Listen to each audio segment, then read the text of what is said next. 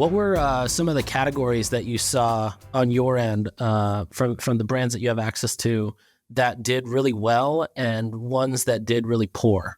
Believe it or not, I didn't see many brands do really poor.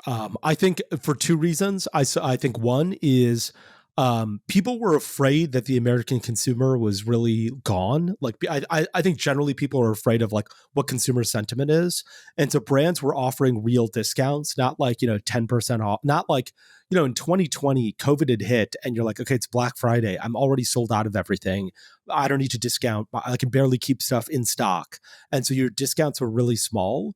This year, the discounts were meaningful and the American consumer is less scared, hesitant, afraid than I think that people had surmised. And as a result, brands did really well. And I saw that in all categories. I saw that in personal care. I saw that in beauty. I saw that in like, pets. Like everywhere I went, I was like, okay, people did really well here. Really well could means a lot of different things. Like bigger brands were up 2x. Some brands were up 50%. I didn't talk to anybody who was down a meaningful amount that had geared up for Black Friday. Yeah, I fully agree. I think. How about yourself? What did you see? Yeah, the only one that I saw that was down was on like the beverage side of things. I didn't see as much sell through, but for the most part, almost everything did really well. And from what we saw, everything that was high AOV, like, over $200, call it, performed extremely well on Facebook.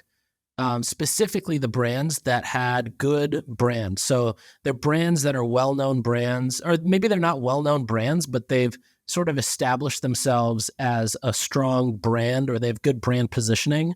Those companies that did that had the highest ROAS on our side in terms of dollar in, dollar out.